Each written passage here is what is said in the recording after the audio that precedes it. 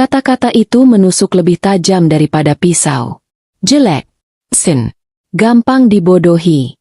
Dia bilang dia putusin saya karena saya bikin malu dia di depan teman-temannya. Tanyaku, suaraku bergetar. Iya, Mbak. Dia bilang. Untung gue putusin duluan. Sebelum dia banyak nanya soal kerjaan. Habis ini, gue cari yang kaya beneran. Yang bisa jadi ATM gue. Nggak cuma jadi manajer toko receh. Aku berdiri. Arga kaget. Mbak Wulan. Mbak mau kemana? Aku menaruh selembar uang 50 ribuan di meja. Buat kopi kamu. Aku menatap Arga. Pria ini tidak punya salah apa-apa. Dia hanya pembawa pesan. Arga, kataku, dan suaraku kini tidak lagi bergetar. Suaraku tenang, dingin. Makasih. Makasih sudah jujur. Info ini sangat berharga. Mbak Wulan gak apa-apa? Tanyanya. Wajahnya penuh kekhawatiran tulus. Mbak, jangan lakuin hal nekat. Aku tersenyum. Senyum yang mungkin terlihat menakutkan. Karena Arga sedikit tersentak. Aku gak apa-apa. Arga, aku jauh lebih baik dari sebelumnya. Aku tahu persis apa yang harus aku lakukan. Aku berjalan keluar dari kedai kopi itu, meninggalkan Arga yang menatapku bingung. Matahari siang itu terasa hangat di kulitku. Kemarahan tadi telah menguap. Yang tersisa adalah ketenangan yang aneh. Rangga telah menulis skenarionya. Dia pikir aku akan menangis. Dia pikir aku gampang dibodohi. Dia pikir aku akan diam. Dia salah. Dia salah besar. Beberapa hari berikutnya berlalu dalam kabut. Bukan kabut kesedihan, tapi kabut fokus yang pekat. Aku pergi bekerja seperti biasa. Aku memimpin briefing pagi dengan timku di toko. Aku tersenyum pada pelanggan. Aku memeriksa inventaris. Aku menangani keluhan pelanggan soal kancing yang lepas. Aku berfungsi. Tapi di dalam, aku adalah orang yang berbeda. Setiap kali aku melihat diskon, beli 1 gratis 1, aku teringat tagihan 5 juta. Setiap kali ada pelanggan pria yang membual pada pasangannya, aku teringat Rangga. Aku melakukan hal pertama yang seharusnya kulakukan. Aku memblokir nomornya. WhatsApp, telepon, SMS. Aku membuka Instagram, mencari akunnya. Aku memblokirnya. Aku membuka Facebook. Aku memblokirnya. Aku memblokir Reza. Aku memblokir Farel. Aku menghapus setiap foto kami berdua dari ponselku. Ribuan foto. 2 tahun kenangan. Aku menghapusnya tanpa air mata. Rasanya seperti membersihkan sampah. Fitri meneleponku setiap malam. Gimana? Tanyanya. Aman. Jawabku. Lo yakin? Nggak nangis?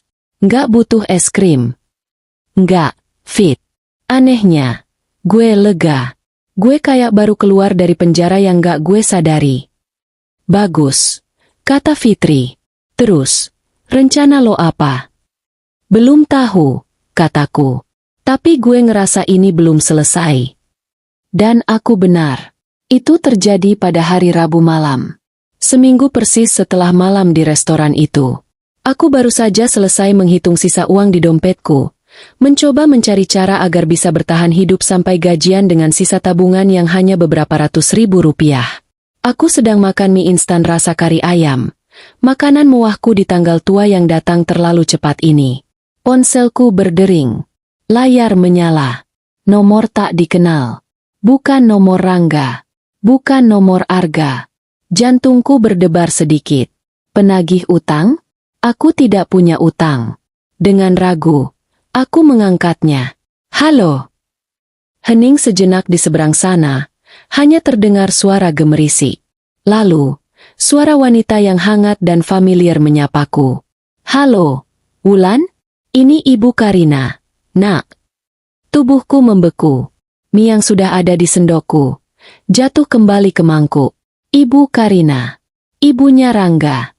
Selama 2 tahun, Ibu Karina adalah pelarianku.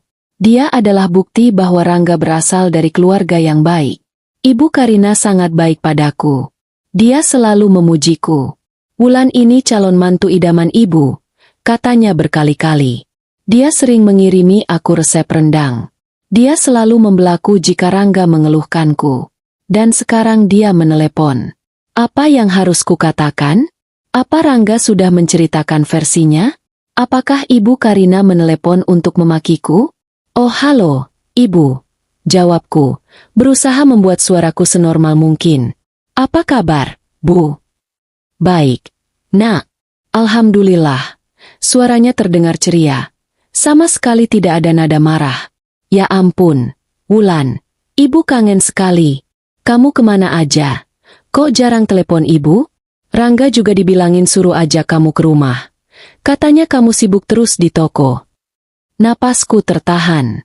Sibuk terus. Jadi, itu alasan yang Rangga berikan. Iya, Bu. Maaf. Akhir-akhir ini lagi sibuk sekali di toko. Banyak urusan. Balasku, berbohong. Pasti. Kamu kan calon manajer hebat. Puji Ibu Karina. Aku meringis. Bahkan ibunya sendiri dicekoki cerita bohong. Nah, Wulan, Ibu telepon ini mau ngingetin. Jangan lupa, ya, Sabtu ini. Alisku bertaut. Sabtu ini? Ada apa, Bu? Ibu Karina tertawa di seberang sana. Tawa renyah yang biasanya membuatku ikut tersenyum. Malam ini, tawa itu membuatku mual. Ya ampun, kamu ini. Masa lupa? Kan pesta ulang tahunnya si Rangga. Di rumah kita di Depok. Keluarga besar semua datang. Loh, dari Bandung, dari Bogor. Kamu harus datang. Kami sekeluarga kangen banget sama kamu. Adik-adiknya Rangga juga nanyain kamu terus. Ulang tahun. Sabtu ini. Duniaku serasa berputar pelan. Rangga. Dia tidak memberitahu keluarganya. Dia putus denganku seminggu yang lalu dengan cara paling brutal yang bisa dibayangkan. Dan dia tidak bilang apa-apa pada ibunya. Dia membiarkan ibunya percaya kami masih bersama. Ibu. Aku memulai. Suaraku serak. Tia. SST. Ibu belum selesai. Potong Ibu Karina. Nadanya penuh semangat. Oh iya. Ibu hampir lupa. Ini yang paling penting. Aku diam. Menunggu. Rangga itu bilang ke ayah sama ibu. Katanya kalian berdua ada kabar gembira yang mau diumumkan di pesta nanti. Hening. Aku bisa mendengar suara detak jam dinding di kamarku. Aku bisa mendengar suara motorku di luar. Aku bisa mendengar suara darahku sendiri yang menderu di telingaku.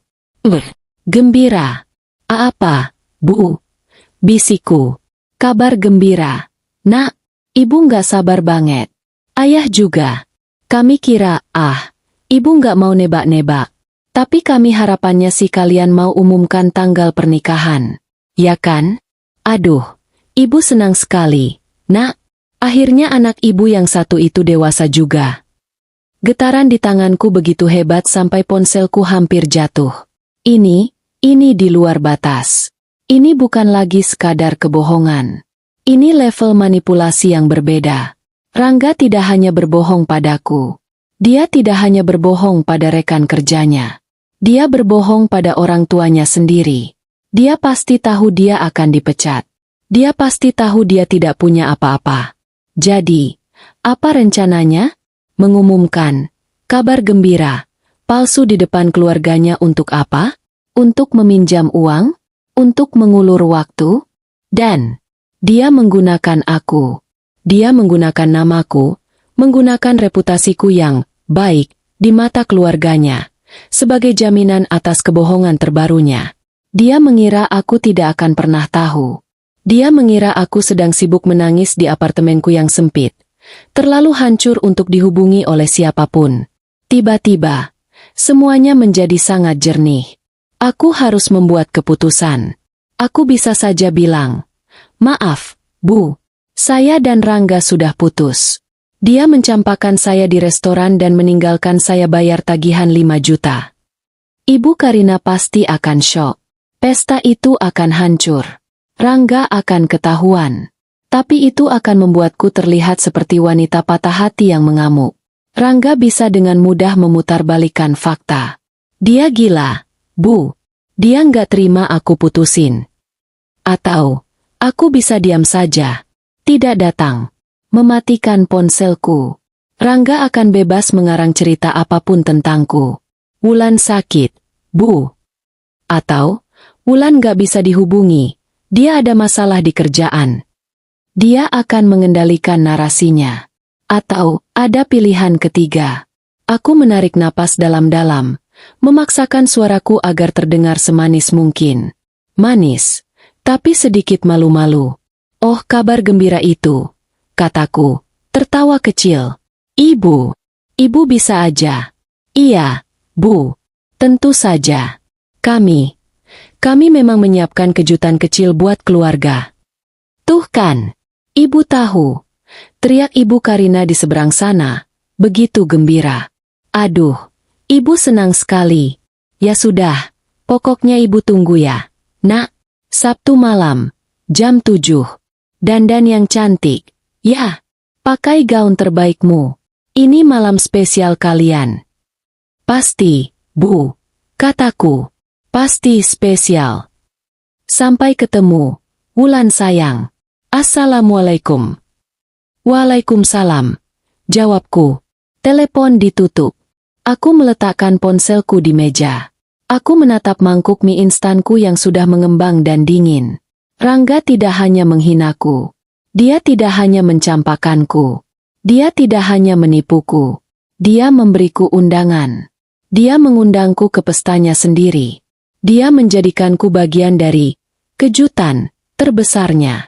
Dia pikir aku adalah pion yang bodoh dalam permainannya. Sebuah senyuman pelan terbentuk di bibirku. Senyuman yang tidak pernah kurasakan sebelumnya. Dingin, tajam, dan penuh antisipasi. Oh, aku akan datang, Rangga. Bisikku pada apartemenku yang kosong. Aku akan datang ke pesta ulang tahunmu. Aku mengambil ponselku lagi. Jari-jariku menekan nomor Fitri. Fit. Lo sibuk nggak Sabtu malam? Nggak, jawab Fitri. Kenapa? Mau ngajak gue bakar-bakar foto? Nggak, kataku, berdiri. Gue diundang ke pesta ulang tahun Rangga. Hening sejenak. Apa? Wulan, jangan gila. Lo nggak akan. Oh, gue akan datang, potongku. Dan aku nggak akan datang sendirian. Gue butuh bantuan lo. Dan gue rasa, kita juga butuh bantuan temanmu, si Arga. Telepon itu masih ada di genggamanku. Layarnya sudah gelap. Aku berdiri di tengah apartemenku yang sunyi. Suara Ibu Karina yang ceria, yang penuh harap, masih terngiang-ngiang. Kabar gembira. Umumkan tanggal pernikahan. Dandan yang cantik ya. Ini malam spesial kalian. Gila. Kata itu bahkan tidak cukup untuk menggambarkannya. Rangga tidak hanya pembohong. Dia gila. Dia membangun istana pasir di atas pondasi kebohongan. Dan sekarang dia berencana mengadakan pesta besar di dalamnya. Tepat sebelum ombak datang menghancurkannya. Dan dia menyeretku untuk menjadi ratu di istana pasirnya. Dia pikir aku akan terlalu hancur, terlalu bodoh, terlalu jelek dan miskin untuk menyadarinya. Kemarahan dingin yang kurasakan sejak bertemu Arga kini berubah menjadi sesuatu yang lain. Sesuatu yang solid. Sebuah tujuan. Aku menelepon Fitri. Fit, lo sibuk nggak Sabtu malam? Nggak, jawab Fitri dari seberang. Suaranya terdengar lelah. Dia mungkin baru pulang kerja. Kenapa? Mau ngajak gue bakar-bakar foto? Nggak, kataku. Suaraku datar. Gue diundang ke pesta ulang tahun Rangga. Hening. Aku bisa mendengar Fitri berhenti bernapas sejenak. Apa? Wulan, jangan gila. Lo nggak akan. Oh, gue akan datang, potongku. Ibunya sendiri yang telepon. Dia nggak tahu kami putus. Dia pikir kami mau mengumumkan kabar gembira. Kabar gembira jangan bilang. Dia mikir kami mau ngumumin tanggal nikah. Fit. Aku mendengar Fitri mengumpat keras. Umpatan yang panjang dan kreatif. Bajingan tengik. Brengsek. Dia mau ngapain? Wul? Mau pura-pura nikah sama lo buat morotin orang tuanya? Itu yang gue pikirin, kataku. Dia mau dipecat. Dia butuh uang. Dan dia pakai gue sebagai tameng. Dia pikir gue lagi nangis di pojokan kamar. Lo beneran mau datang? Suara Fitri kini terdengar cemas. Wul, itu rumah keluarganya. Itu kandang singa. Mereka semua akan bela dia. Justru itu, kataku. Aku nggak akan bikin keributan. Aku nggak akan teriak-teriak. Aku cuma akan datang. Sesuai undangan ibunya. Tapi, gue nggak bisa sendirian. Gue butuh bantuan lo. Dan gue rasa, kita juga butuh bantuan temanmu, si Arga. Ada jeda lagi. Lalu Fitri berkata, gue tahu tempat yang pas. Besok, jam makan siang. Di warung soto belakang kantor gue. Nggak ada yang akan dengerin kita di sana. Gue akan hubungi Arga. Keesokan harinya, di tengah keramaian jam makan siang dan aroma kuah soto yang mengepul, kami bertiga duduk di meja pojok yang sempit. Aku, Fitri, dan Arga. Arga terlihat sangat tidak nyaman. Dia memesan es teh tawar dan belum menyentuhnya sama sekali. Dia tampak seperti pria yang lebih suka berurusan dengan kabel server daripada drama manusia. Jadi, Arga memulai dengan gugup, membetulkan letak kacamatanya. Mbak Wulan beneran mau datang ke pestanya? Aku mengangguk. Arga, makasih sudah mau ketemu. Aku tahu ini aneh. Aku tahu ini bukan urusan kamu. Dia dengar apa yang lo bilang. Potong Fitri. Tidak sabar. Sekarang, jelasin ke dia bagian, kabar gembira, itu. Wul. Aku menceritakan ulang isi teleponku dengan Ibu Karina. Kata demi kata. Tentang antusiasme ibunya, tentang pesta keluarga besar, dan puncaknya, harapan soal pengumuman tanggal pernikahan. Saat aku selesai, Fitri menatap Arga. Lihat, kan? Ini gila. Arga melepaskan kacamatanya, memijat pangkal hidungnya. Dia terlihat lelah, seolah dia tiba-tiba menanggung beban dunia. Ya Tuhan, bisiknya. Dia benar-benar nekat. Dia kan, hari Senin itu hari terakhir dia di kantor. Maksudnya, deadline masa percobaannya habis. Pak Hendra, bos kami, harus setor dokumen pemecatan dia ke HRD hari Senin pagi. Ini informasi baru. Jadi, waktunya sudah pasti. Dia tahu itu, kata Arga. Dia pasti tahu. Ini pasti rencana terakhirnya.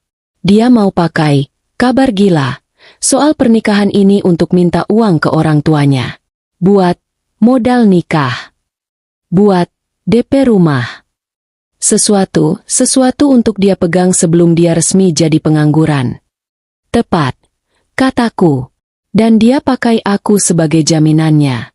Karena ibunya percaya sama aku. Dia pikir aku akan terlalu takut, atau terlalu malu, untuk membantah. Jadi, apa rencana lo? Tanya Fitri, mencondongkan tubuhnya ke depan. Lo masuk, terus di tengah-tengah acara tiup lilin lo teriak. Dia pembohong, gitu? Bawa toa sekalian. Aku menggeleng. Enggak, Fit. Itu yang dia harapkan. Dia ingin aku terlihat seperti mantan pacar gila. Dia akan dengan mudah bilang ke keluarganya. Lihat kan, Bu? Dia nggak terima aku putusin. Makanya dia ngamuk dan ngarang cerita. Selesai. Aku yang akan diusir. Dia akan jadi korban. Benar, kata Arga pelan. Mbak Wulan benar. Kalau cuma kata-kata Mbak lawan kata-kata dia di depan keluarganya, Mbak akan kalah. Jadi gimana dong? Geram Fitri. Kita biarin aja dia menang. Enggak, kataku. Aku cuma akan datang. Aku akan jadi Wulan yang mereka kenal. Manis, sopan, calon mantu idaman. Aku akan duduk di sana. Aku akan tersenyum. Dan aku akan menunggu. Aku akan menunggu dia mengumumkan kabar gembira itu. Terus? Tanya Fitri. Waktu dia ngomong, aku akan bilang, maaf, Mas Rangga, kayaknya ada salah paham. Neng, dingin. Di depan semua orang. Dia akan tetap ngelak, bantah Arga. Dia akan bilang Mbak Wulan lagi. Ngambek. Dia jago banget memutarbalikkan fakta. Di kantor juga begitu. Ruangan itu hening sejenak. Hanya terdengar denting sendok dan mangkuk. Mereka berdua benar. Aku butuh sesuatu yang lebih. Sesuatu yang tidak bisa dibantah. Sesuatu yang resmi. Mataku beralih ke Arga. Arga, kataku pelan. Kamu bilang bos kamu, Pak Hendra, harus menyerahkan dokumen pemecatannya hari Senin. Arga mengangguk. Iya, tapi ada masalah. Masalah apa? Rangganya ngilang. Aku dan Fitri saling pandang. Maksudnya? Tanya Fitri. Sejak hari Rabu, sehari setelah dia pamer di pantry soal restoran itu, dia nggak masuk kerja. Di telepon kantor nggak diangkat. Di WA nggak dibalas. Dia pikir. Arga tersenyum kecut. Kalau dia nggak tanda tangan surat peringatan ketiga, atau surat pemecatannya, dia nggak bisa dipecat. Dia pikir dia bisa menghindar. Idiot, desis Fitri. Sangat. Setuju Arga. Dan Pak Hendra itu pusing 7 keliling. Dia benci urusan administrasi yang nggak beres. Dia dari kemarin ngomel-ngomel di kantor. Gimana caranya kek? Itu surat harus sampai ke tangan si Rangga sebelum Senin. Saya nggak mau urusan sama HRD gara-gara anak ini. Sebuah ide.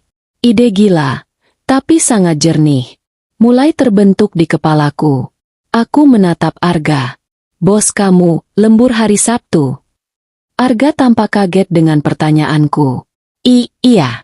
Kebetulan. Sabtu ini ada jadwal maintenance server bulanan. Dia pasti ada di kantor. Kenapa, Mbak? Arga, kataku. Apa isi dokumen itu? Maksudku, apa yang harus Rangga tanda tangani? Surat pemutusan hubungan kerja, kata Arga lugas. Disertai rincian pelanggarannya. SP1, SP2, pemalsuan tanda tangan kinerja buruk semuanya. Jantungku berdebar kencang. Ini dia. Ini senjatanya. Arga, kataku lagi. Suaraku nyaris berbisik. Bosmu butuh seseorang untuk mengantarkan surat itu, kan? Karena Rangga tidak bisa dihubungi. Arga menatapku. Matanya membesar di balik kacamata. Dia mulai mengerti kemana arah pembicaraan ini. Mbak Wulan nggak? Bosmu benci Rangga. Lanjutku. Dia pasti akan senang sekali kalau tahu ada yang sukarela membantu mengantarkan dokumen itu ke alamat rumahnya. Memastikan dokumen itu diterima. Tapi, Mbak itu kan pesta keluarganya. Kata Arga gugup. Saya nggak bisa. Justru karena itu pesta keluarganya, kataku. Dia tidak akan bisa kabur. Dia tidak akan bisa menghindar. Dia akan ada di sana, dikelilingi orang-orang yang dia bohongi. Wul, ini gila, kata Fitri.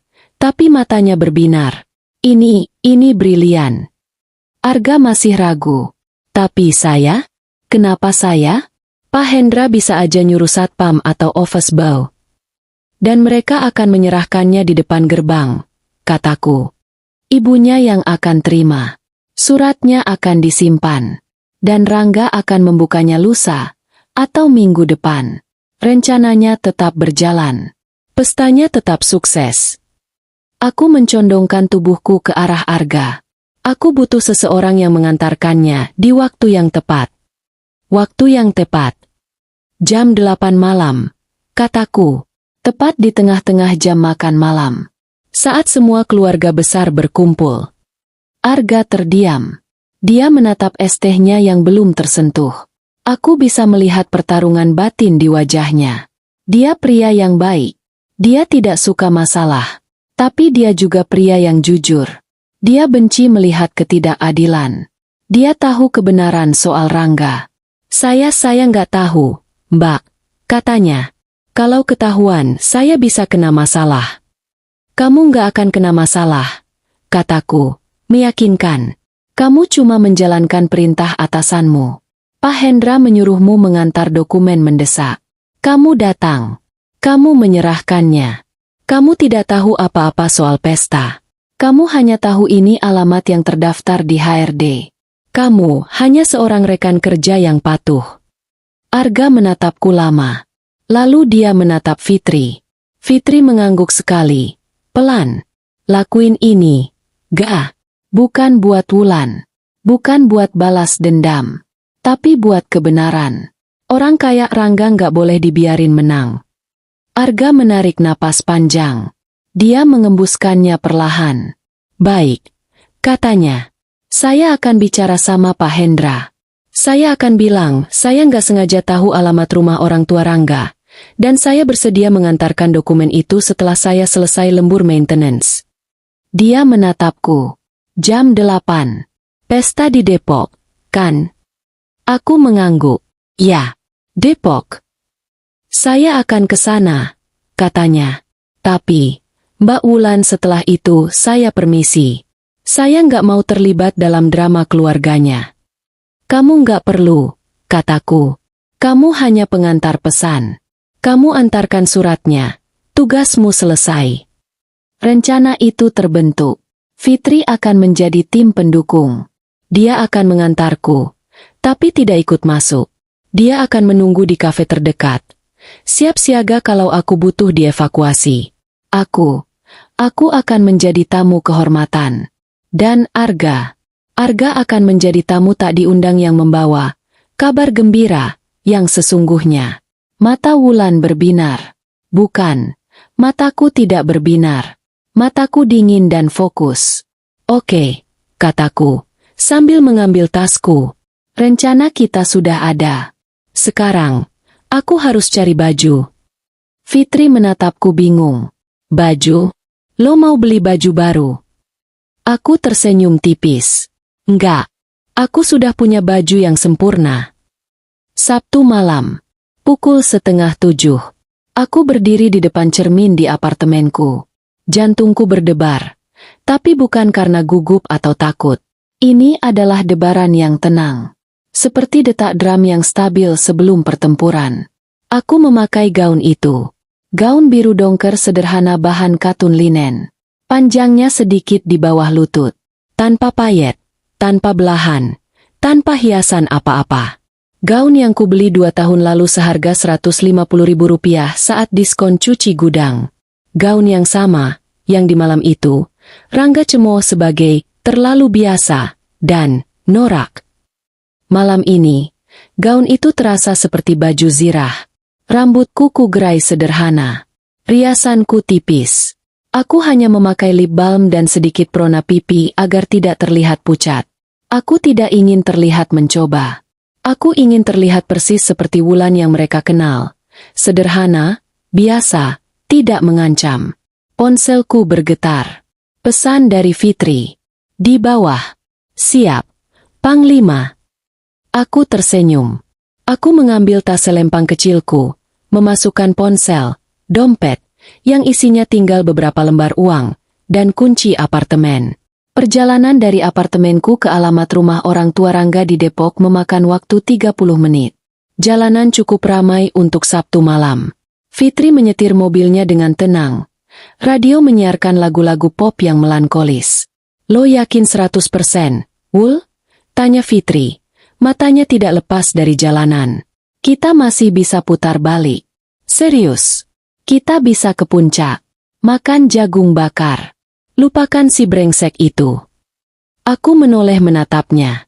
Sahabatku itu terlihat lebih tegang daripadaku. Gue harus lakuin ini, Fit, kataku pelan. Bukan buat balas dendam. Bukan buat bikin dia malu. Terus buat apa? Buat ibunya. Buat bapaknya.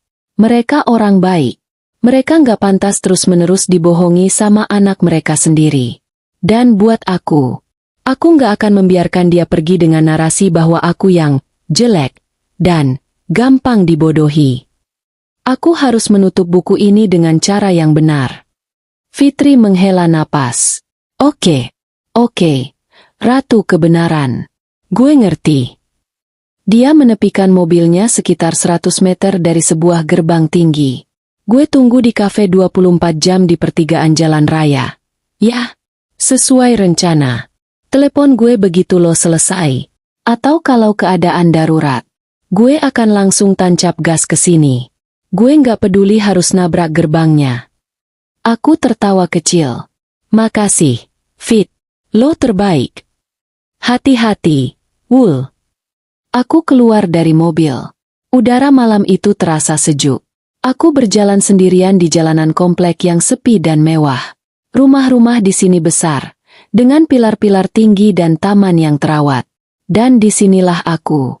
Di depan gerbang hitam besar rumah keluarga Damar. Rumah itu hidup. Lampu-lampu taman menyala terang, menerangi dua mobil, Pajero dan Alphard, yang terparkir di carport.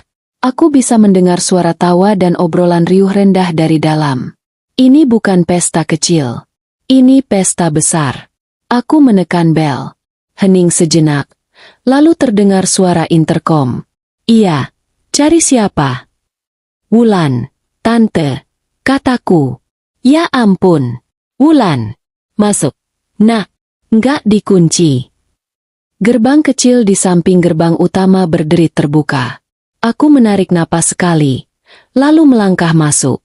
Taman itu indah, dihiasi lampu-lampu tumbler. Ada beberapa meja bundar dengan taplak putih. Prasmanan catering sudah tertata rapi di satu sisi. Puluhan orang, kerabat, keluarga, berkumpul, mengobrol, tertawa.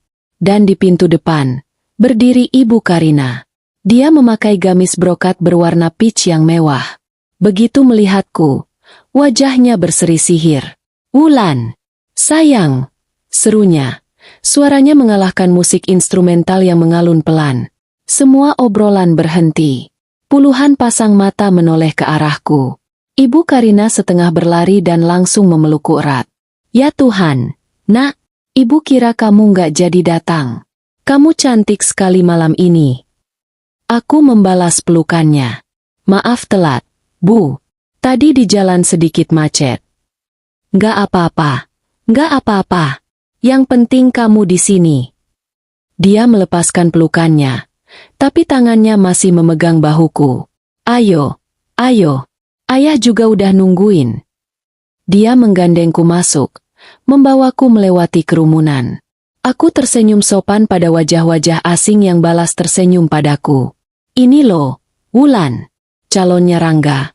Ibu Karina memperkenalkanku dengan bangga ke setiap orang yang kami lewati. Aku merasa seperti domba yang diantar ke altar. Dan kemudian, aku melihatnya. Rangga.